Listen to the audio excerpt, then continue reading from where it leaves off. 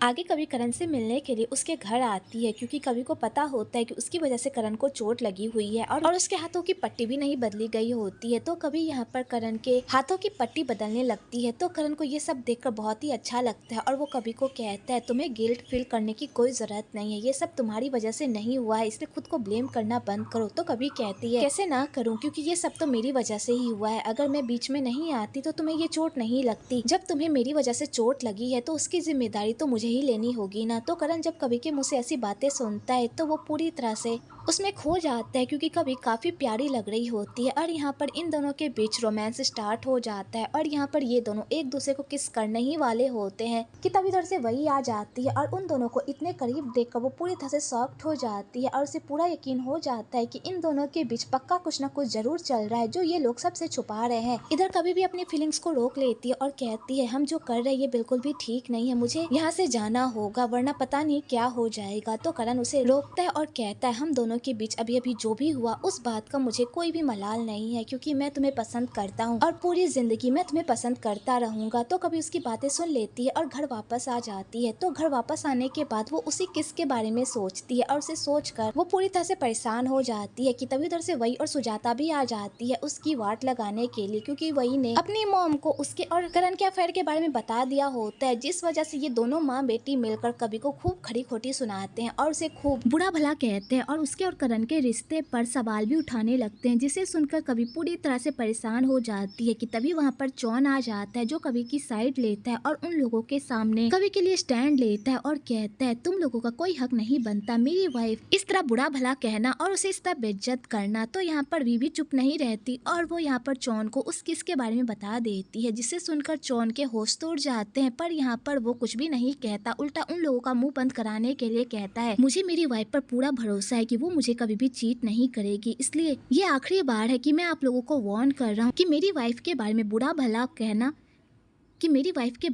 भला कहना बंद कीजिए और उसके बारे में अफवाह फैलाना भी बंद कीजिए। और जॉन ये कहकर वहाँ से चला जाता है। आगे कभी जॉन को कहती है उन लोगों ने मेरे बारे में इतना बुरा भला कहा, मेरे कैरेक्टर पर सवाल उठाया, क्या तुम मुझसे सवाल जवाब नहीं करोगे कि मैं करण के घर क्यों गई थी। तो जॉन कहता है मैं किस हक से तुमसे सवाल जवाब करूँ, क्योंकि मुझे मेरी हद पता है और मुझे इतना भी पता है कि तुम ऐसा कोई भी काम नहीं करोगी जो तुम्हारे रूल के खिलाफ हो, क्योंकि मुझे मेरी कवि पर पूरा भरोसा है कि वो कभी भी कोई भी गलत काम नहीं कर सकती। तो कभी जब जॉन के मुंह से ऐसी बातें सुनती है तो वो बहुत ही इम्प्रेस होती है कि जॉन उस पर इतना भरोसा करता है। दूसरी तरफ उन लोगों के मॉम के अड्डे का पता चल जाता है और उन लोगों को पता चल जाता है कि वो लोग कहीं और नहीं बल्कि कभी के होटल में ही ठहरे हुए हैं। ये बात जानकर करण को गुस्सा आ जाता है और वो उन लोगों को पकड़ने के लिए जाने लगता है, लेकिन तभी जॉन उसे रोक देता है और कहता है हमें ये काम इतनी जल्दबाजी में नहीं करना चाहिए, अगर हमने इतनी जल्दबाजी की तो वो लोग फिर से भाग जाएंगे और हमारे हाथ कुछ भी नहीं लगेगा, इसलिए हमें पुलिस के हिसाब से ही चलना चाहिए ताकि हम उन्हें पकड़कर उनके किए की सजा दिलवा सके। इधर खेम भी उन लोगों की सारी बातें सुन लेता है और खेम को भी पता चल जाता है कि पुलिस वालों को उनके अड्डे का पता चल गया है। आगे कवि को सुजाता के खिलाफ ठोस सबूत मिल जाता है कि उसने होटल के अकाउंट में गड़बड़ी की है और बहुत सारे घोटाले किए हैं। तो वो इस बारे में सुजाता से बात करने के लिए जाती है पर सुजाता उसे इस बारे में कोई जवाब नहीं देती। तो कवि के पास कोई ऑप्शन नहीं बचता सुजाता के ऊपर घोटाले का केस करने के अलावा। तो यहाँ पर करीवाद सुजाता को घोटाले के इल्जाम में पकड़कर पुलिस स्टेशन लेकर जाता है ताकि वहाँ पर वो सुजाता से पूछताछ कर सके। तो सुजाता ये सब देखकर पूरी तरह से शॉक्ड हो जाती है। दूसरी तरफ खेम अपने बॉस को बताता है कि उन लोगों को हमारे अड्डे का पता चल गया है, इसलिए हमें जल्द से जल्द यहाँ से जाना होगा। तो मॉन्ग कहता है खेम तुम मेरी बेटी को यहाँ से लेकर जाओ क्योंकि मैं अब और तुम लोगों के साथ नहीं भाग सकता, क्योंकि अब मेरी ऐसी हालत नहीं है कि मैं तुम लोगों के साथ भाग सकूं। पर वन अपने पापा को छोड़ने का नाम ही नहीं लेती। तो मॉन्ग कहता है बेटा मेरे जैसे बोझ को अपने साथ ले जाने के बजाय तुम लोग यहाँ से अकेले भाग जाओ, क्योंकि अगर तुम लोग मुझे लेकर गए तो तुम लोग पकड़े जाओगे, जो मैं बिल्कुल भी नहीं चाहता। और वैसे भी अब मेरे पास ज्यादा वक्त नहीं बचा है, प्लीज मेरी बात मानो। और यहाँ पर मॉन्ग खेम को ऑर्डर देता है कि वो उसकी बेटी का ख्याल रखे। तो खेम वान को लेकर वहाँ से चला जाता है। इधर कई बार सुजाता से पूछताछ करता है और उससे ये भी पूछता है कि क्या उसने साकोन को मारा है, पर यहाँ पर सुजाता अपना जुर्म कबूल नहीं करते, उल्टा उसका लॉयर भी यहाँ पर ऐसे से सबूत पेश करता है, जिस वजह से सुजाता के खिलाफ करीवाद को कोई भी सबूत नहीं मिलता और उसे सुजाता को छोड़ना ही पड़ता है। जब ये बात उन लोगों को पता चलती है तो वो लोग पूरी तरह से परेशान हो जाते हैं क्योंकि उनके पास भी सुजाता के खिलाफ ऐसा कोई भी सबूत नहीं होता जिससे सुजाता कसूरवार ठहराई जाए। इधर करीवाद भी मोंग को पकड़ने के लिए होटल पहुंच जाता है और वहां जाकर वो मोंग को पकड़ने ही वाला होता है। उससे पहले ही मोंग की हालत इतनी बिगड़ जाती है कि उसकी वहीं पर मौत हो जाती है। तो यहाँ पर करण को मोंग पर बहुत ही गुस्सा आता है क्योंकि वो नहीं चाहता था कि मोंग इतनी आसान मौत मरे, क्योंकि उसने जो उसकी बहन के साथ किया था उसके लिए तो उसे तिल तिल कर मरना चाहिए था, लेकिन वो इतनी जल्दी मर जाएगा ये उसने कभी भी नहीं सोचा था। आगे करीवाद कहते हैं मोंग तो मर गया लेकिन उसकी बेटी और खेम अभी भी लापता है और वो लोग पता नहीं आगे क्या प्लान कर रहे होंगे, इसलिए हमें जल्द से जल्द उन्हें भी पकड़ना होगा। इधर सुजाता जैसे ही घर वापस आती है वो वैसे ही तैयार होकर सीधा वान से मिलने के लिए जाती है क्योंकि वान ने उसे कुछ पैसे मांगे होते हैं। तो यहाँ पर सुजाता वान को कहती है मैं तुम्हें ये सारे पैसे दे दूंगी लेकिन इसके बदले तुम्हें मेरा काम करना होगा, तुम्हें मेरी सौतेली बेटी को रास्ते से हटाना होगा क्योंकि उसने मेरे नाक में दम कर रखा है। तो वान जैसे ही कवि की फोटो देखती है उसे देखते ही उसे भी मिर्गी का दौरा पड़ जाता है क्योंकि कवि से उसकी भी दुश्मनी होती है, इसलिए वो सुजाता को कहती है तुम्हारी दुश्मन मेरी भी दुश्मन है, मैं इसे ऐसी मौत दूंगी कि इसकी रूह भी कांप जाएगी। आगे कवि अपने पापा के होटल पर कब्जा कर लेती है तो सुजाता जैसे ये देखती है कि कवि ने होटल पर भी कब्जा कर लिया है और अब यहाँ पर उसके रहने की कोई गुंजाइश नहीं है, ये बात जानकर तो उसे फिर से गुस्सा आ जाता है। वो कवि को कहती है तुम्हारी हिम्मत कैसे हुई मुझे होटल से निकालने की। तो कवि कहती है ये होटल मेरे पापा का है और कायदे से ये सारी प्रॉपर्टी मेरे नाम पर है और आपने जो होटल में इतने सारे कारनामे किए हैं उन सारे कारनामों की वजह से आपको इस होटल से निकाला जाता है, इसलिए आप इस होटल में अब से दोबारा काम नहीं करेंगी। और यहाँ पर कवि सुजाता को होटल से बाहर निकाल देती है तो सुजाता कहती है मैं भी देखती हूँ कि तुम कब तक इस होटल में रहती हो, तुम्हारा भी मैं दाना पानी ना उठा दूं तो मेरा नाम सुजाता नहीं। आगे कभी काम कर रही होती है कि तभी वहाँ पर कुछ गुंडे आ जाते हैं उसे किडनैप करने के लिए और वो गुंडे कोई और नहीं बल्कि खेम के गुंडे होते हैं। तो यहाँ पर खेम कवि को जान से मारने ही वाला होता है कि तभी वहाँ पर चौन की एंट्री हो जाती है और चौन यहाँ पर कवि को बचाता है और उस गुंडे से लड़ाई करता है और यहाँ पर वो उन गुंडों को मार मार कर उनकी औकात दिखाता है, लेकिन तभी खेम उसके पेट पर चाकू भोंक देता है और कहता है तुमने बहुत ही मुझे तंग किया है, इसलिए आज मैं तुमसे हिसाब बराबर करके ही रहूंगा। और यहाँ खेम चौन को जान से मारने ही वाला होता है कि तभी वहाँ पर हमारे हीरो की एंट्री होती है जो खेम को खूब बुरी तरह से मारता है, जिस वजह से बेचारा डर के वहाँ से भाग जाता है। तो करण भी हार नहीं मानता और वो खेम के पीछे जाता है उसे पकड़ने के लिए, पर खेम उसे चकमा देकर वहाँ से भाग जाता है। आगे चौन की हालत बहुत ही खराब हो जाती है तो उसे हॉस्पिटल लेकर जाया जाता है जहाँ पर उसका इलाज होता है। तो कभी बहुत ही परेशान रहती है और भगवान से प्रे करती है कि चौन को कुछ भी ना हो। इधर खेम सुजाता के पास जाता है और उसे कहता है कि तुम्हारा काम नहीं हुआ लेकिन मुझे कुछ पैसे चाहिए क्योंकि वान को पैसों की जरूरत है। तो सुजाता कहती है मैंने तुम लोगों को एक काम दिया था लेकिन वो काम भी तुम लोगों से ठीक ढंग से नहीं हुआ और अब मेरे पास कोई पैसे नहीं है तुम लोगों को देने के लिए, इसलिए यहाँ से जाओ। तो खेम को भी गुस्सा आ जाता है और वो यहाँ पर सुजाता को डराने धमकाने लगता है और कहता है चुपचाप मुझे पैसे दो वरना मैं तुम्हारी जान ले लूंगा। और यहाँ पर खेम सुजाता को डरा ही रहा होता है कि तभी उधर से वी आ जाती है अपनी मॉम को बचाने के लिए और यहाँ पर वो खेम पर टूट पड़ती है। तो खेम भी यहाँ पर वी को सबक सिखाता है और उसे मारने लगता है। तो सुजाता जब अपनी बेटी को खतरे में देखती है तो वो बिल्कुल भी बर्दाश्त नहीं कर पाती और अपनी बेटी को बचाने के चक्कर में वो खेम को गोली मार देती है, जिस वजह से खेम की यहीं पर मौत हो जाती है। कि तभी वहाँ पर पुलिस भी आ जाती है और वो सुजाता को खेम के मर्डर के इल्जाम में अरेस्ट कर लेती है। तो सुजाता भी इस बार अपने जुर्म से नहीं भागती और यहाँ पर वो अपना जुर्म कबूल कर लेती है। आगे डॉक्टर उन लोगों को बताते हैं कि जॉन की सर्जरी सक्सेसफुल हुई है लेकिन उसकी हालत अभी भी नाजुक है, अभी हम कुछ भी नहीं कह सकते कि उसकी हालत सुधरेगी या बिगड़ेगी। जब कभी ये सारी बातें सुनती है वो पूरी तरह से टूट जाती है और यहाँ पर खुद को ही कसूरवार ठहराने लगती है। तो यहाँ पर करण उसे समझाता है और संभालने की कोशिश करता है कि इन समय उसकी कोई गलती नहीं है, इसलिए वो खुद को ब्लेम करना बंद करे। तो कभी कहती है मैं खुद को ब्लेम कैसे ना करूं क्योंकि ये सब तो मेरी वजह से ही हुआ है। कि तभी वहाँ पर करीवाद के साथ प्रिया भी आ जाती है। तो यहाँ पर कभी प्रिया से माफी मांगती है क्योंकि उसकी वजह से आज उसका भाई ऐसी हालत में होता है। तो यहाँ पर प्रिया कहती है तुम मुझसे माफी क्यों मांग रही, इसमें तुम्हारी कोई गलती नहीं है, मुझे पता है मेरा भाई कैसा है, वो तुमसे बहुत प्यार करता है और वो तुम्हें बचाने के लिए अपनी जान भी दे सकता है, इसलिए मुझसे माफी मांगकर मुझे छोटा फील मत करवाओ। तो कभी ये सब सुनकर खूब रोने लगती है। इधर करण जब ये सारी बातें सुनता है तो उसे बहुत ही बुरा लगता है और उसे लगता है कि ये दोनों सच में एक दूसरे से बहुत ही प्यार करते हैं और वो इन दोनों के बीच कबाब में हड्डी बन रहा है। इधर वान को अपनी मॉम के किए पर बहुत ही पछतावा हो रहा होता है और वो इसी गिल्ट की वजह से कवि के घर को छोड़कर जाने का फैसला करती है और वो जा ही रही होती है कि तभी वहाँ पर कवि आती है और कहती है तुम्हारी मॉम ने जो भी किया इसमें तुम्हारी कोई गलती नहीं है, तुमने कुछ भी बुरा नहीं किया है, तो फिर तुम इस घर को छोड़कर क्यों जा रही हो। तो वी कहती है मैं अपनी मॉम के जुर्म का बोझ इस तरह नहीं उठा सकती, मेरी मॉम ने तुम्हारे और तुम्हारे पापा के साथ बहुत ही बुरा किया है और मैंने भी तुम्हारे साथ बहुत बुरा किया है और अब मेरे में इतनी हिम्मत हिम्मत नहीं है कि मैं तुम्हारा सामना कर सकूं। तो कभी कहती है तुम ऐसी बातें क्यों कर रही हो, हम बहनें हैं और हम बहनों का हक है इस घर पर, तो हम सब एक साथ रहेंगे। और यहाँ पर कभी भी विकी सारी गलतियों को माफ करके उसे बहन बना लेती है और ये तीनों एक बहनों की तरह इस घर में एक साथ रहते हैं। दूसरी तरफ वान को खेम की मौत का पता चलता है तो वो समझ जाती है कि वो इतनी आसानी से इस शहर से बाहर नहीं निकल पाएगी, उसे कोई ना कोई सहारा जरूर चाहिए इस शहर से बाहर निकलने के लिए। तो वो सीधा कवि को सहारा बनाती है और उसे किडनैप करके अपने साथ लेकर चली जाती है ताकि वो सेफली इस शहर से बाहर निकल सके। तो कवि यहाँ पर वान को समझाने की कोशिश करती है कि वो अपने आप को पुलिस के हवाले कर दे, पर वान उसकी बात ही नहीं सुनती कि तभी वहाँ पर करण भी आ जाता है और यहाँ पर करण भी वान को समझाने की कोशिश करता है कि वो अपने आप को पुलिस के हवाले कर दे और इसके बाद उसके साथ जो भी होगा वो उन सब की जिम्मेदारी लेने के लिए तैयार है। वो उसे अपनी छोटी बहन बनाकर अपने घर में रखेगा, पर वान यहाँ पर उसकी बातों पर यकीन नहीं करती और कवि को मारने की कोशिश करती है। लेकिन तभी बीच में करण आ जाता है, लेकिन वान फिर भी हार नहीं मानती और वो कवि को मारने वाली ही होती है। लेकिन तभी बीच में करण आ जाता है और वो गोली करण को ही लगने वाली होती है, लेकिन तभी वहाँ पर पुलिस आ जाती है और वो वान पर गोली चला देती है, जिस वजह से वान की भी यहीं पर मौत हो जाती है और यहीं पर इन सारे गैंगस्टरों का किस्सा खत्म हो जाता है और करण कवि की जान बचा लेता है। दूसरी तरफ सुजाता को भी अपनी गलती का एहसास होता है और उसे पता चलता है कि उसने अपने जीवन में बहुत सारे पाप किए हैं जिसकी सजा आज उसे जेल में मिल रही है। लेकिन अब पछताकर भी क्या फायदा, जो होना था सो हो गया, वो घुरकर वापस तो नहीं आ सकता। दूसरी तरफ चौन की हालत में धीरे धीरे सुधार आने लगता है तो यहाँ पर कवि चौन को कहती है चौन प्लीज जल्दी से उठ जाओ, मुझे तुमसे बहुत सारी बातें करनी है और तुम्हारे सवालों का जवाब भी तो देना है। क्या तुम अपने प्रपोजल का जवाब नहीं सुनना चाहते? प्लीज चौन जल्दी से उठ जाओ। इधर करण भी उन दोनों की सारी बातें सुन लेता है और करण को समझ में आ जाता है कि कवि अब उसकी कभी भी नहीं हो सकती, क्योंकि अब वो चौन के साथ अपनी एक नई दुनिया बनाना चाहती है। आगे करण घर जाता है और अपने पापा से अपने किए की माफी मांगता है और उनसे ये भी कहता है अगर पापा मैंने आपकी बात उस दिन मान ली होती तो आज कभी मेरे पास होती और हम दोनों एक खुशहाल लाइफ जी रहे होते। तो पापा कहते हैं बेटा जो हो गया सो हो गया, उस बात पर मिट्टी डालो क्योंकि तुम उसे बदल नहीं सकते। तो करण कहता है पापा आप हमेशा मेरे बारे में भला सोचते थे, लेकिन मैं ही एक बेवकूफ था जो हमेशा आपकी बातों को काटता रहता था। आपने मेरे लिए एक अच्छी लड़की ढूंढी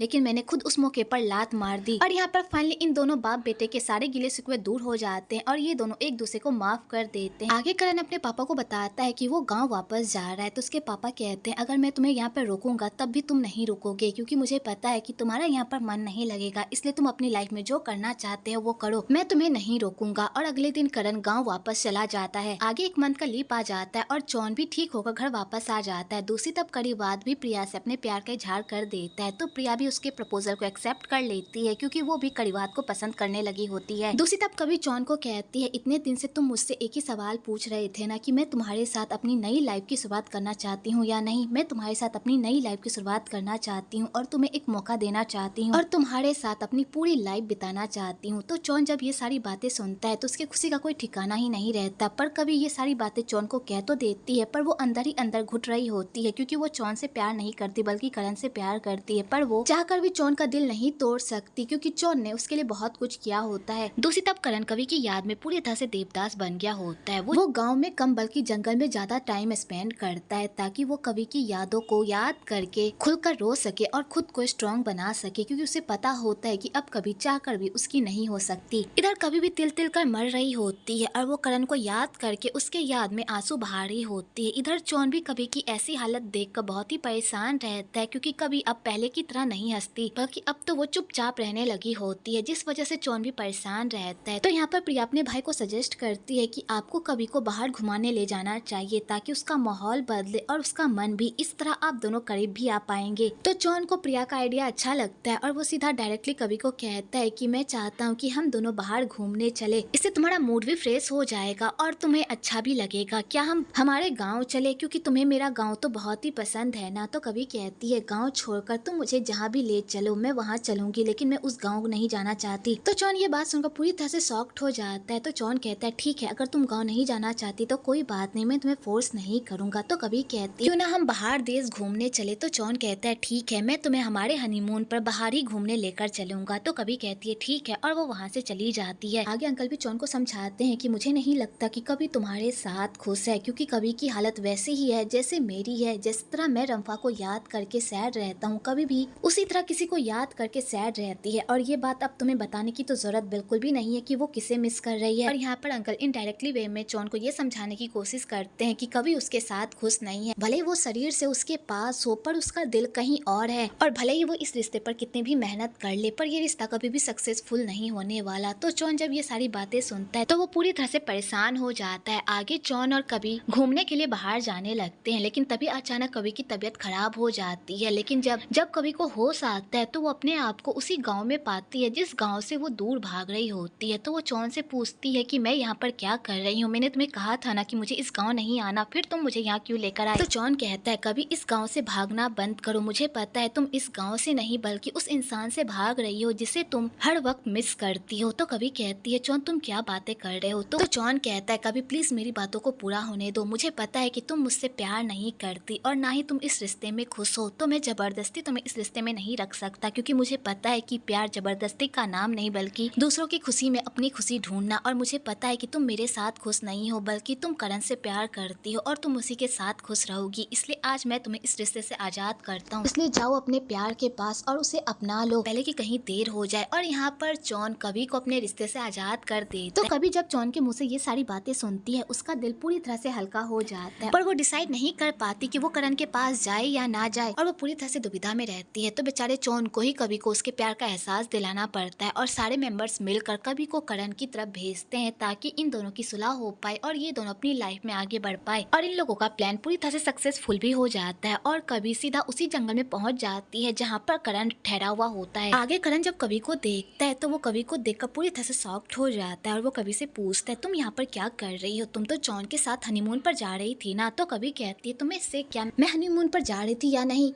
और यहाँ पर कवि पहले करण पर बहुत ही गुस्सा निकालती है। तो करण समझ जाता है कि कवि को अपने प्यार का एहसास हो गया और वो उसे बहुत ही मिस कर रही थी, इसलिए वो उसके पास दोबारा वापस आई है। तो यहाँ पर करण भी अपने प्यार से फिर से कवि को मनाता है और कवि से वादा करता है कि वो कभी भी उसका साथ नहीं छोड़ेगा, वो हमेशा उसका साथ निभाएगा और उससे हमेशा बहुत प्यार करेगा। और यहाँ पर करण कवि को शादी के लिए भी प्रपोज कर देता है। तो कवि ये सब देखकर तो फूले नहीं समाती और फाइनली कवि भी यहाँ पर करण से अपने प्यार का इजहार कर देती है और फाइनली इन दोनों की प्यार की गाड़ी आगे बढ़ जाती है और यहीं पर ये ड्रामा खत्म होता है।